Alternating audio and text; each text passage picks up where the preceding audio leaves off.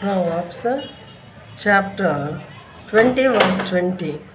Chapter 20 verse 20. If one curses his father or his mother, his lamp will be put out in utter darkness. If one curses his father or his mother, his lamp will be put out in utter darkness.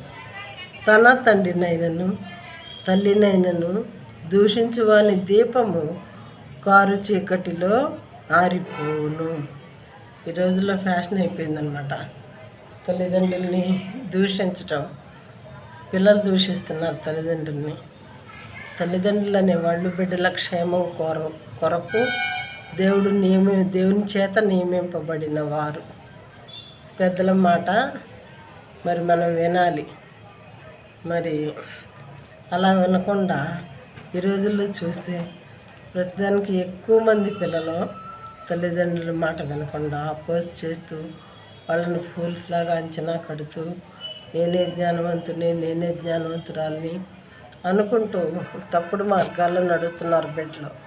వాళ్ళ మార్గాలను ఎంచుకుంటాం వల్ల వీళ్ళు వాళ్ళ దృష్టిలో fools అయ్యారు.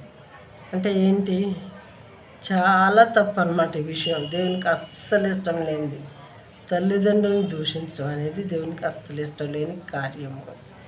కాబట్టి వాక్యం మించినటువంటి బిడ్డలారా, పెద్దలారా, ఎవరైనా సరే మీరు ఏ వయసులో ఉన్నా పర్వాలేదు, తల్లిదండ్రులని మనం గౌరవించడం నేర్చుకోవాలి.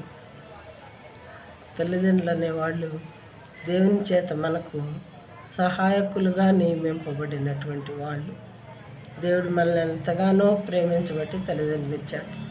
అనాథల్ని ఆర్ఫన్స్ని చూడండి, రోడ్ల మీద తల్లిదండ్రులు లేని వారు ఎన్ని పాటలు పడుతున్నారు. తోడు అనేది లేక, దిక్కు లేక అనేక అవస్థలు పడుతూ ఉన్నారు. అలాంటి వారు మరి పడే బాధలు ఇక్కట్లు ఇంత అంత కాదు. వాళ్ళని కళ్ళారా చూస్తే వారి బాధలు ఏంటో మనకు అర్థమవుతాయి. అలా చేయొద్దు సహోదరుడా, బిడ్డలారా. మీకు ఒకవేళ తల్లిదండ్రుల ప్రేమ అంత వెక్కసమైందా, లేనివాళ్ళు లేక చేస్తూ ఉంటే ఉన్నవాళ్ళు ఎక్కువయ్యి కక్కినట్లు ఉంటుంది కొంతమంది వ్యవహారం. వాళ్ళు ఉన్నప్పుడే మీరు వాళ్ళ ప్రేమను అర్థం చేసుకొని వాళ్ళని ప్రేమగా చూసుకోకపోతే ఒకసారి వారు కనుమరుగైపోయిన తర్వాత దిక్కు లేక ఏడుస్తారనమాట. దిక్కు లేని వారుగా ఏడుస్తారు. అందుకే దేవుడు ఏం చెప్పాడంటే చాలా కఠినంగా, తన తండ్రినైనను దూషించు వాని దీపం కారు చీకటిలో ఆగిపోవును. కారు చీకటిలో మీరు ప్రయాణం చేస్తూ ఉన్నారు, ఏ కారులోనో సడన్గా ఏ థిక్ ఫారెస్ట్ వచ్చిన దగ్గర మీ కారు ఆగిపోయింది అనుకోండి, ఇంకా ఆ నైట్ అంతా టెర్రిబుల్ సిచ్యువేషన్లో మీరు అక్కడ ఉండవలసిందే. ఏ క్షణం ఏమవుతుందో మీకు తెలియదు.